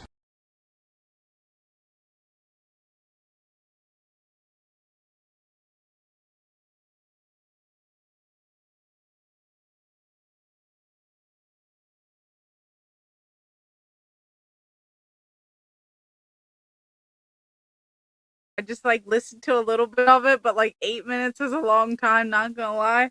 So I didn't make it to the end. Retro Rick! So when he did that, he was like, "Did you know?" And I was like, "I didn't know." And we were over here busting out laughing. Yeah, I had her muted in the beginning because I didn't know if she was gonna go after me on that. Because she was like, "You're not gonna do that Retro Rick thing." Retro Rick. They're a little delayed. Don't pay no mind. They're a little delayed on the thing. It's gonna come back in. Okay, good. They're like, "Help! I can't hear. I can't hear. I saw him do it though. He did it. He did the Retro Rick." Yeah, I didn't know. I didn't know he was gonna do that. I had no idea. We were talking during that time when David was doing it, and I said, I was like, we need to you need to get a shirt that says "I Heart Retro Rick" on it. That was really good. I like that. He's probably gonna be like, great, we can never talk to her ever again. Also, side note, I friend requested him like a couple years ago, and he never accepted. Did you tell him about it when he was at your house? No, but the second he left my house, I requested it, and then I re-requested it, and he still didn't accept me. I don't think he manages his own Facebook page. I don't think. It's his personal Facebook. It's his personal Facebook. That's what I mean. I don't think he even goes on it. Like, yeah, he's not like us lowly people. No, because like sometimes, like I sent him a helpful thing the other day when he was in the game room and he was looking at my Happy Meal display that I have with Which one? the Ronald McDonald one with the Sonic the Hedgehog thing, the holding. Yeah. They needed a picture of the bracket. Well, Yeah. I found one for sale and I sent it to him, and he was like, "Oh, thank you." So, I had like an actual picture and I sent it. But So I heard some of you guys, David B went up to Brandy and did the Retro Rick. Who else did that? Did anybody else do that to you at Siege? Did they go up and do the Retro Rick to you? I feel like a few people did. I can't recall who, but a few people were like, "Retro Rick," and I can't remember now who it was, but it was pretty fun. One of these times, we're gonna surprise you all, and we're gonna get him to do a spoof with us. When I do that, we're gonna like have him like pop up and be like, "You called?" It'll have to be like the next convention somehow that we're all at. That would be pretty fun to do, like something like that. Or have him pop in and be like, "Why do you keep calling my name?" Like we say it 3 times and he just appears. Yeah, like one of the old horror movies. So along with David B, I kind of agree. I agree with him. Like if I have a digital copy, I'm keeping my physical sealed, and I think that's, I think that's how it is. But I get it. A lot of people are like, "Hey, games are meant to be played." PNX World, those guys. I've watched some of their videos, man, and they'll open up sealed stuff, and I'm just going, no. But to the point, I hope anybody that's opening these sealed games are not paying sealed game prices on some of this retro stuff, because I feel like if you're just going to open it and play it, unless you have endless amounts of cash, I think Will put this in here earlier. Just buy it where it's not sealed, and then. But unless you're one of those ones that have to have it new, but I think nowadays with some of those Brandy, with some of the retro games that are sealed, they are like 3 times the price of the value of the game. Especially if you start getting into regular Nintendo games, even the shelf sitters, if you will, the filler, they're still minimum $120, $180, and to open them, eesh. Yeah, I can't. So that's what I've kind of did. I've like phased out some of my sealed collection, and I've just like let it go so that I could get other items, like the heavy hitter Super Nintendos or the more expensive titles that I just, can't really justify spending some of these crazy prices on. I'd rather like trade duplicates, which happen to be sealed stuff, so that I could get what I really want. Either way, guys, however you decide, I'm going to steal Elliot's or Neo Ness's phrase here: collect and play the way you want to collect and play. I think that's the best advice, and that's his catchphrase. But I mean, he's spot on with it. Like, there's no right or wrong way, I think, at the end of the day, Brandy, to do this. If you enjoy sealed games, keep them sealed. If you enjoy opening sealed games, well, then open them. If you enjoy getting digital and then keeping the physical sealed, then do so. There's no right or wrong way to do it. I just think I think it boils down to, Brandy, is just the type of collector that you are, and what you want in your collection. Yeah, I mean, that's just kind of how it is. Ultimately, everyone's going to do whatever they want to do, and if it works for you, if you get stuff for a great deal and you can go ahead and use it towards something that you want, I mean, that's what everyone does. And unless you can afford whatever you want and you can buy stuff brand new, sealed, and you want to open it and you want to waste X amount of money, that's all you. If you want, or if you get it for free, if you get it for free, you can open it up. Like, meaning you find it somewhere or somebody gives it to you or whatever. If you want to open it, you open it. Yeah, I mean, it's very possible. It's whatever whatever you want to do. I'm still torn on the whole graded thing. Like I'm not coming down on anybody that likes graded games. So don't I don't have an opinion one way or the other. I don't know how I feel about it, only because with the whole graded thing, Brandy, and maybe this is an episode too. The thing with the graded is who determines that these prices are legit through a grading service? Are we just buying into FOMO? Are we buying into a system that is artificially inflated because it's put in a plastic prison? That's why I have a hard time with the grading system. I'm not saying people shouldn't grade their games and grade their cards, but I feel like we're going to look back in time and say, why did people do that? And I think there's going to come a time where people bust them out of those cases because the value's not there like they were promised originally. What's your take? It's just hard to go down that boat because I have some feelings and some opinions. Is this for another show, or is this No, it's probably a quick little rant. But anytime that money's involved and making money, and if you watch all the deep dives on grading and different companies, yada yada, there were a lot of inside people, so it's really hard when you don't have a completely unbiased person involved where they're not making money. But of course, when you have people working for certain grading companies that have profit to gain, of course they're going to go ahead and make certain things grade a certain way. Because I could submit a game, the same game, if there was a duplicate of a game, the same condition, I could submit it, and some bigwig, expensive millionaire could submit the game, and they're going to give them the higher grade every time, even though it's the same exact game, the same exact condition. It's who you are plays a part in it. There's a lot. I could probably go down a whole rant. Because some people were telling me I should take my stadium events and send that in and get it graded, but then I'm like, what does that mean? Okay, what's that going to do for anybody, right? Because if you take any heavy hitter, whatever heavy hitter you had and you got it graded, who's going to buy that off you eventually? Is there going to be somebody that's going to come up and pay $34 million for a game that you have that's maybe worth 10? We'll use Earthbound as an example. You have it in the big box. They're selling for about $4,000 right now. Yeah. Okay. You get that graded, it's probably going to go up to probably 15, 20 grand, depending on the condition, of course. Who's going to buy that for 20 grand years down the road?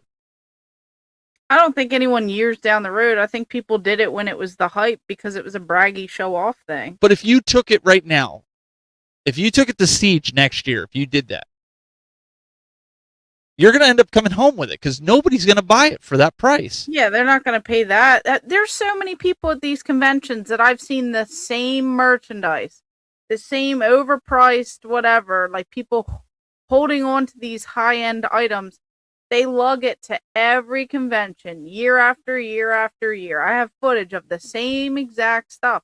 People aren't buying some of these big ticket items. They're buying a lot of the little stuff. Like people said last show, Pac-Man Case and everyone, rather sell 50 Marios than one of whatever game it was. But it was they'd rather sell all these little ones than that one expensive one because that stuff sits. People don't have money like that to just throw $50,000 on a game. That's crazy. No, I agree. Man. That's why I think it's not. I think it's a select group of people that are holding. It's like cryptocurrency. Not that I'm going down that road, but not everybody's got cryptocurrency, right? And not everybody sees the value of it. But there are people out there that do see the value of it, and they hope that one day it's worth tons and tons and tons of money, more than our U.S. dollar. But so far, that's not been the case. So I'm very skeptical with this with the sealed games. I don't go out of my way to buy them. I'm not going out of my way to buy them. I ended up buying this one because I got it for $20. It's the only one and only. You've been in my game room, Brandy. You know it's the one and only that I have. So there's no reason for me to do that. So I don't know.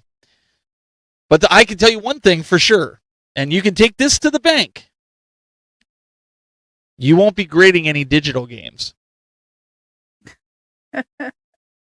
So I wonder what is Wata gonna do? What are they gonna do? Because I can't see them staying in business super long, because if everything goes digital, what are you gonna grade? Well, they already shifted from WADA to PSA anyway. So Okay, well, WADA's already PSA. dead. Okay, so PSA. Okay, what's PSA gonna do? Yeah. I mean, look, they're trying to even do trading cards digital. My kids play Pokemon trading cards that are digital. They trade them. They play it on their iPhone. So I don't know. I'm just not.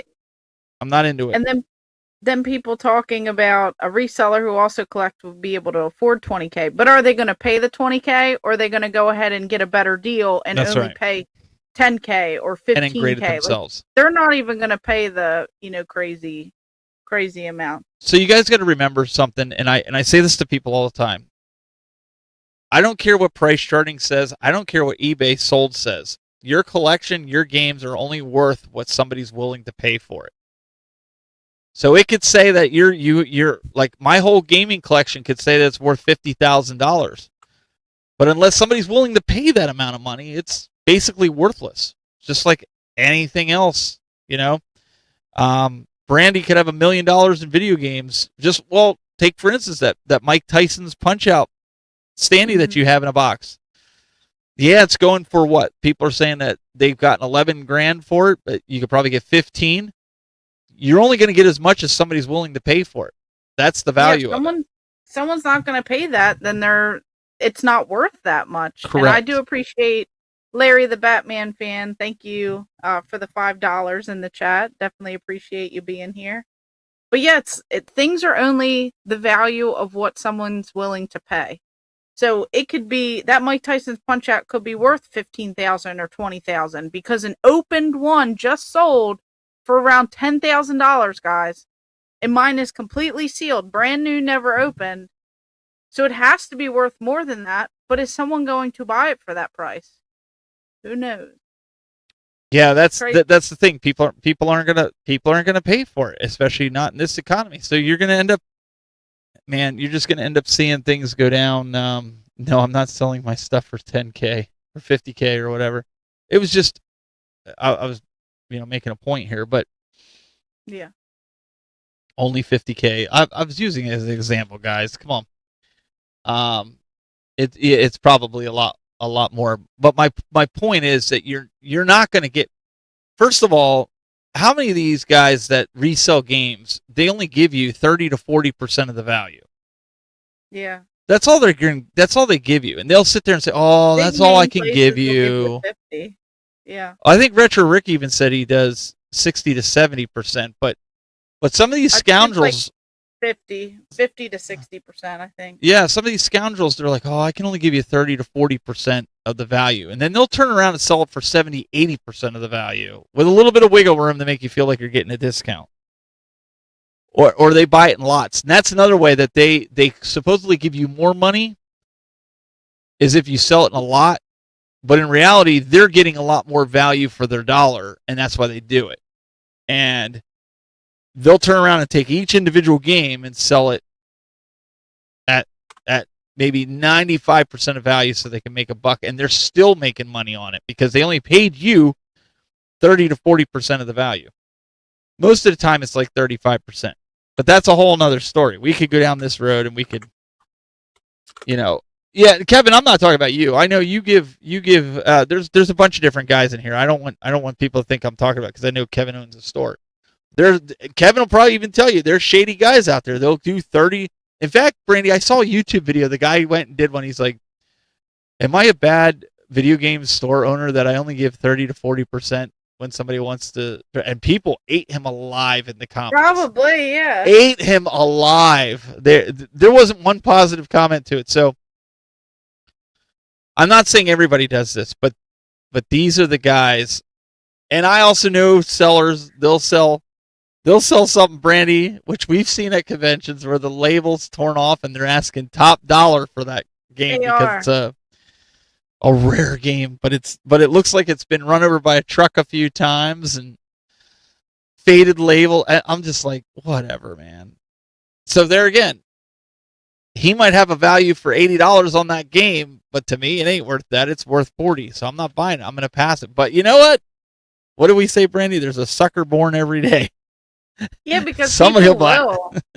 Like, I see it. Like, people come up to me and be like, yeah, I bought this, or, you know, I got it for this price. And it's like some mangled looking copy of something that they overpaid for. But that's just, you know, how it goes. Like, I don't understand why people would pay top dollar for items that are not in good condition. Like, yep, I hand select all the things that I go through, and yeah, exactly. A lot of stores do 30 to 40%. Some do 50 to 60, and the 50 to 60% that they do is on the rare high ticket items. Yeah, it's that like Pokemon games. Or store credit. They'll do store credit with that, with a little bit higher, little bit, not majorly. So I mean, I'm preaching to the choir. People, but he's right. CC Games saying, you know, people overpay all the time. But I know something that you're not going to be doing anymore. You're not going to be overpaying because it's going to be digital. So there's not going to be a value proposition on quality of the game, Randy. It's not going to be a ripped label because there is no label. It's not going to be a damaged box because there's no damaged box. No damaged disc. Crazy. That's where we're at. So, even with our late start, excuse me, with the sorry for the glitch, I'll make sure that won't happen again. I will resolve that issue way before that ever happens again. But I appreciate everybody hanging in there. Yeah, thanks for sticking around, everyone. Yeah. We can have a little party. I got the party hats over here. After they fell down? Yeah, these are the things that literally fell down. So I got the party hats. I got a whole bunch of them. I got party hats for days, guys. So we can all have a little party hat, and then we can all have some pizza together. Let's kick it old school. I got the party hats. I even got extra party hats. Nice. So they all took a tumble. Do you have a video coming out this week? Or I do. What do you got? I have a ton of shorts. Guys, check out. Well, we're going into the fall season. Why would you be putting shorts? Whatever. Oh. I don't even wear shorts. No, I do have another Super Nintendo video coming out. I have some more on some like news and stuff topics. But guys, people aren't watching my toy show video, and I show off video game stuff at the toy show. So it is video game related. I literally bought video game stuff at the toy show. So don't miss out on that video. It's not getting views, and I think it's because people think it's toy related. I'll be honest, I didn't watch it either because I thought it was toy related. So now I'm gonna go watch it. I'll watch it tonight. I literally find like a rare Sega hat.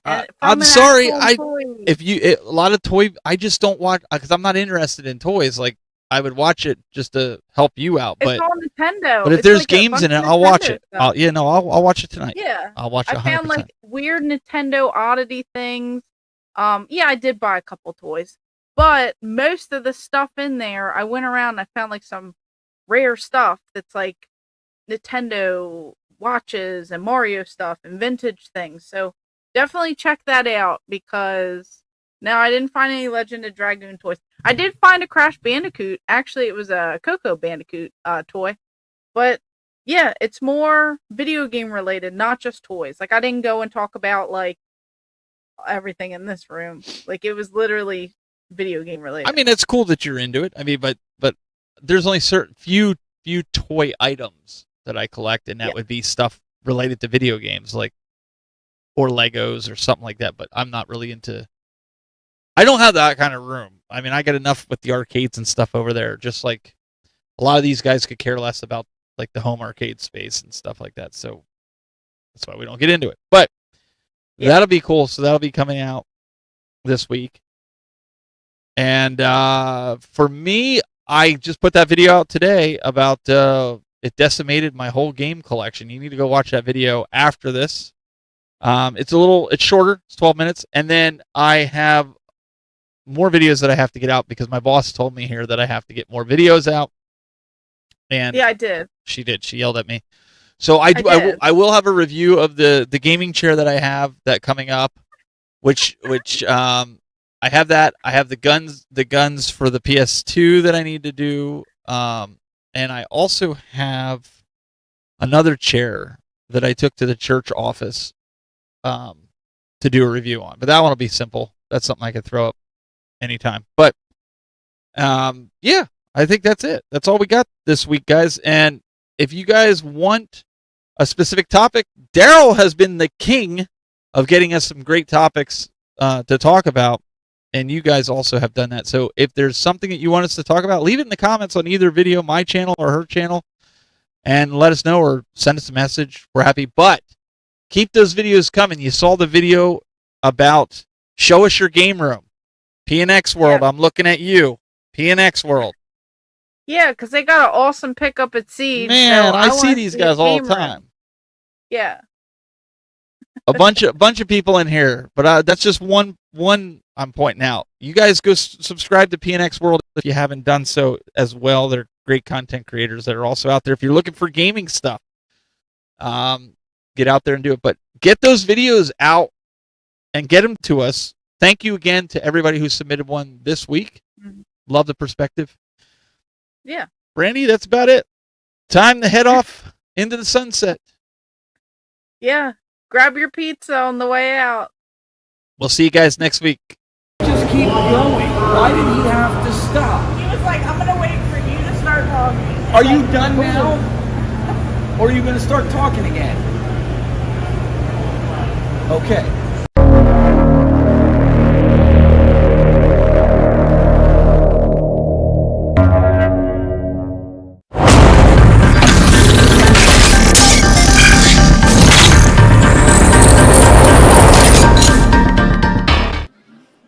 So many choices here. I can just go through my bathtub full of cardboard standees. What am I going to put out next? You're not supposed to be in here. No. There's nothing behind this curtain.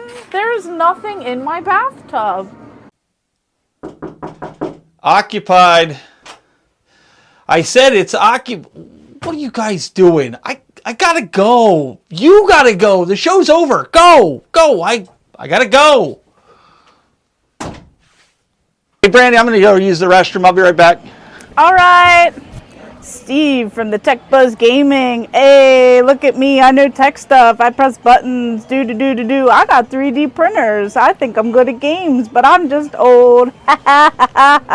Look, you just press the little buttons. I don't know what I'm doing. Hello. Look at this one. That's crazy. It's a joystick. Let me just pretend like I'm good at games over here. And let me check on my 3D prints, because we got to see my 3D prints over there. It's crazy. Steve from the Tech Buzz Gaming. What are you doing? I'm Steve from the Tech Buzz Gaming. Looks like... Is that why my bathroom light was going out? Don't press that! You don't know what that does! Where's the red button that you're not supposed to press? This is why you can't leave her alone. Check on those 3D prints.